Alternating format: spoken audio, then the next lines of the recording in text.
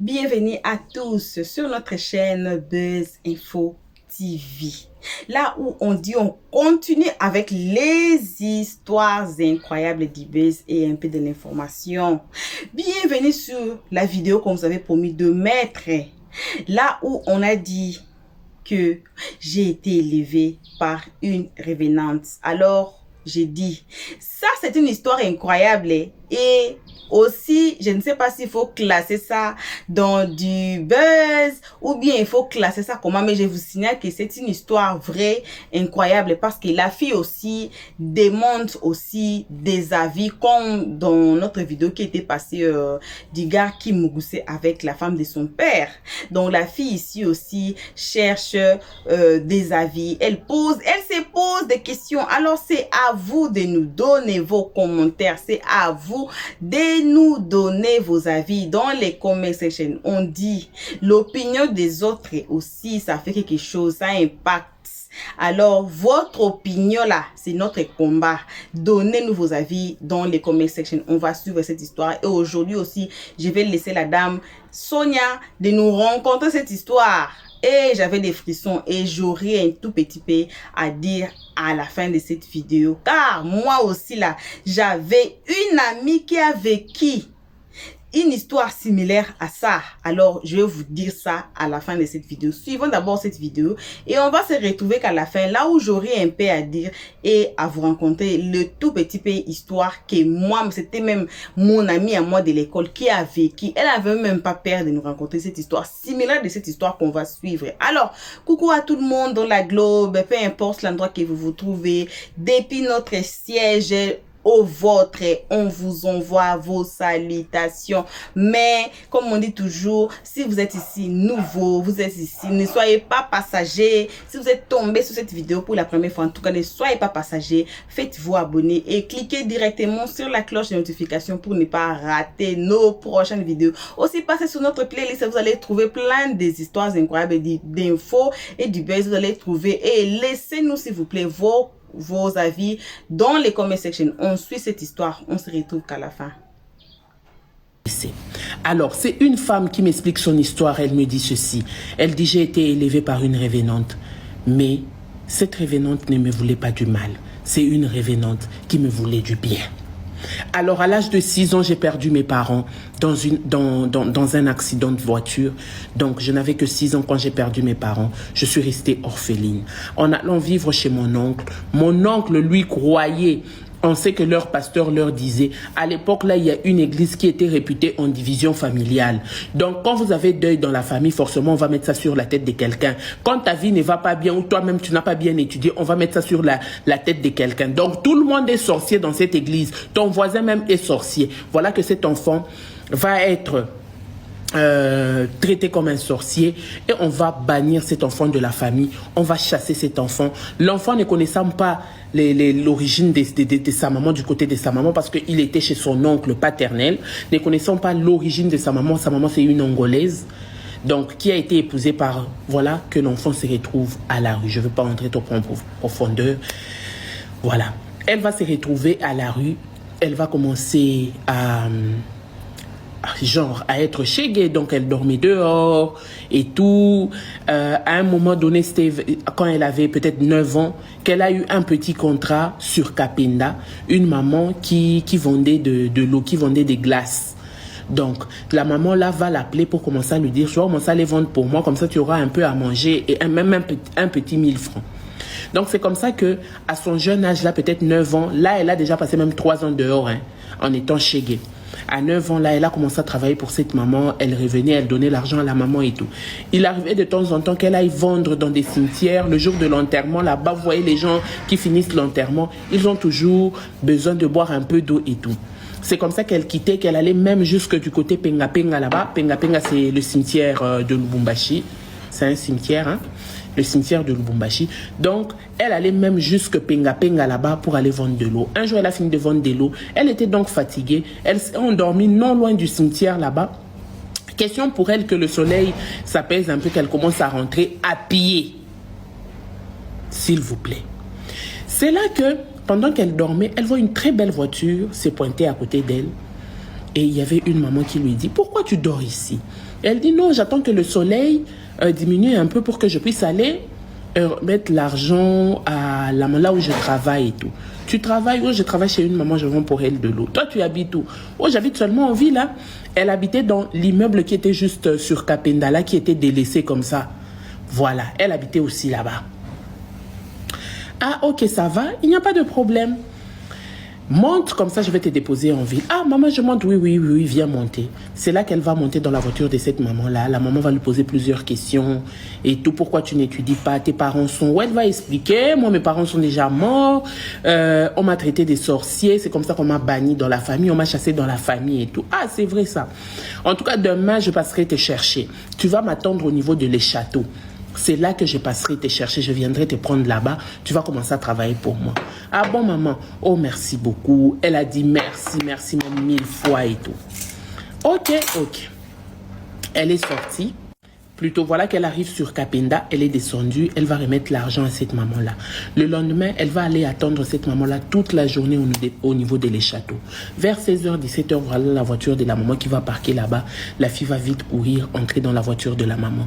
La maman va lui dire, je t'amène chez moi. À partir de maintenant, tu es mon enfant. Dieu ne m'a pas béni en me donnant des enfants, alors j'ai du mal à voir les enfants de la rue dehors comme ça. Acceptes-tu que je sois ta maman?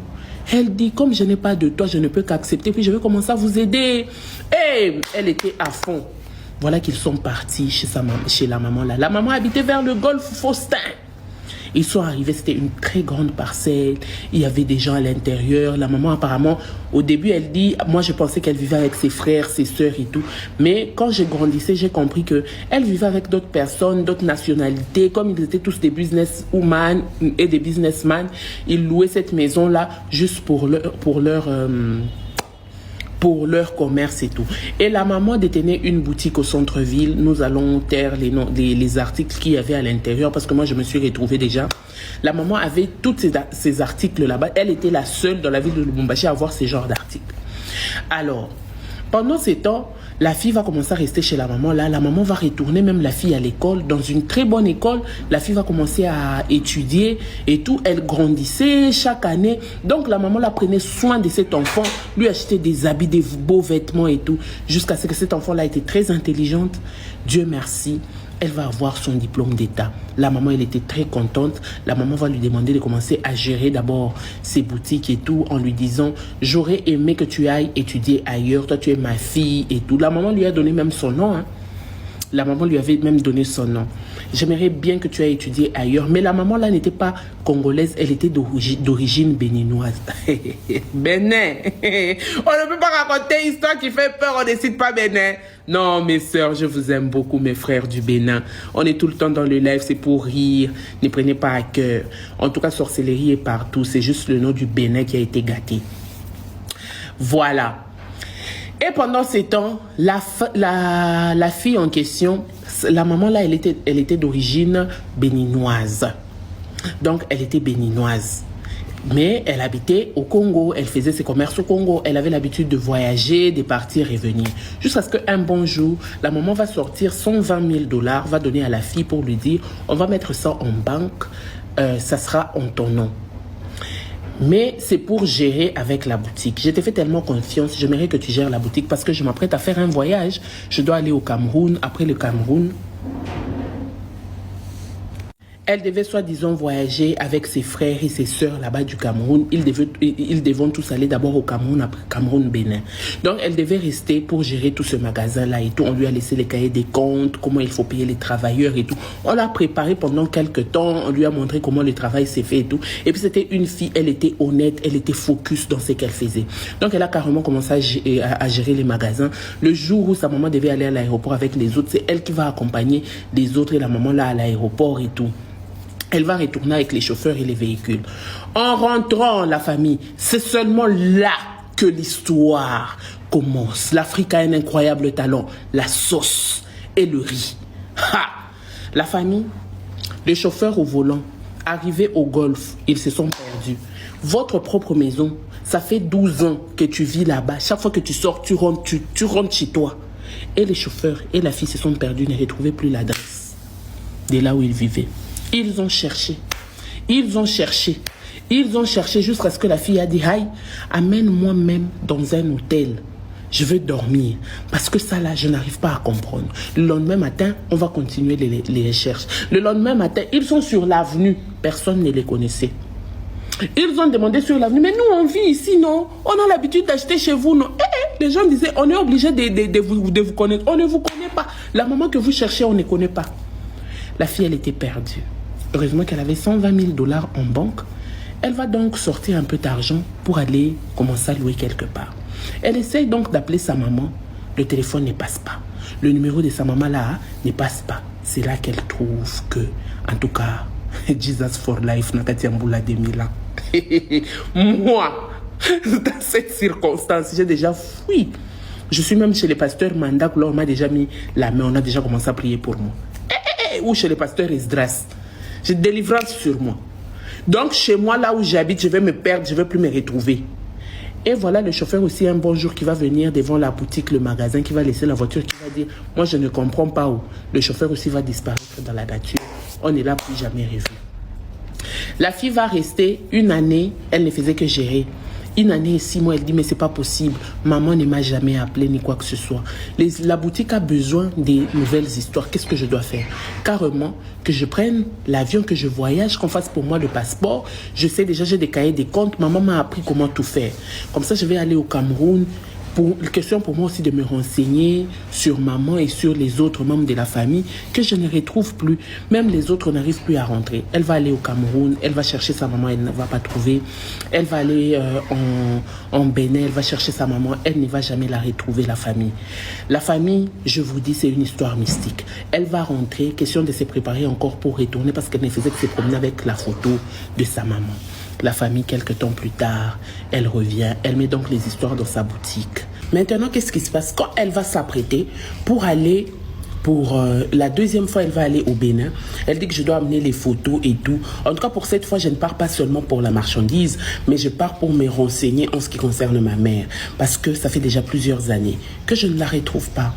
Voilà que la fille va aller au Bénin, elle va commencer à chercher par rapport aux histoires que sa maman lui racontait, les endroits où sa maman fréquentait, elle va aller là-bas. C'est comme ça qu'elle va retrouver la maison de sa maman. On va dire, non, il faut aller quelque part là-bas. Mais en tout cas, c'est quelqu'un, ça faisait longtemps. Hein. Il paraîtrait même qu'elle est déjà morte, décédée. Non, c'est ma mère, elle est en vie, c'est vrai ça. Bon, chez elle, c'est là-bas. C'est là qu'elle arrive chez elle. Bonjour papa, bonjour maman, des vieux parents. Il y avait aussi d'autres membres de la famille là-bas. Oh non, voilà, je suis venue chercher maman telle. Hein? Maman telle? Mais maman telle est morte si c'est en 1990 combien là-bas. Toi, tu viens la chercher ici dans les années 2000. Il y a quoi? Oh non, bon, c'est ma maman, c'est ma mère adoptive.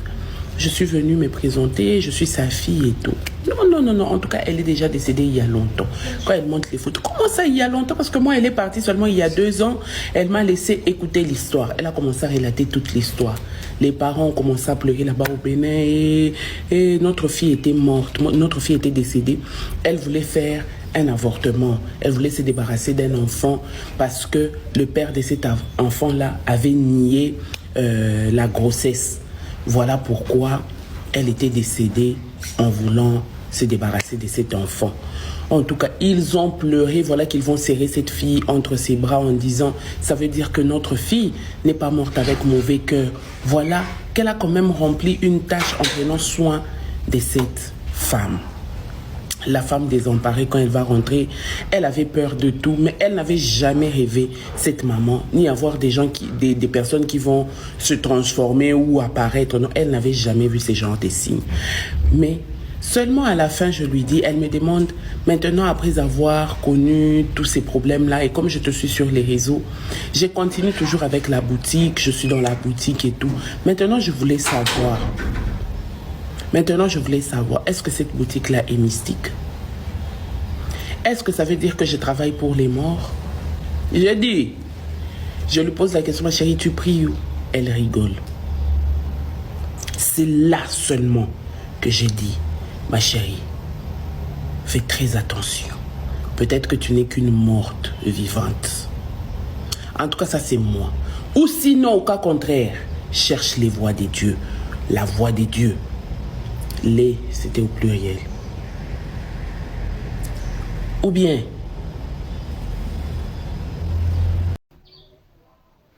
voilà, bon retour à tous sur notre chaîne Buzz Info TV. On vient de suivre cette histoire très touchante. Cette histoire, j'ai dit que je ne croyais pas, mais je croyais en même temps. Pourquoi? Parce que je vous avais dit à l'introduction que c'est arrivé aussi à ma camarade de classe, mon amie, on était même amis. Quand sa maman était morte, on était partis à la deuil. On était partis. J'ai dit, certaines histoires, si on ne les rencontre pas, vous allez dire que ça n'existe pas. Voici les histoires comme ça. Alors la fille cherche des avis, la fille demande, pose des questions.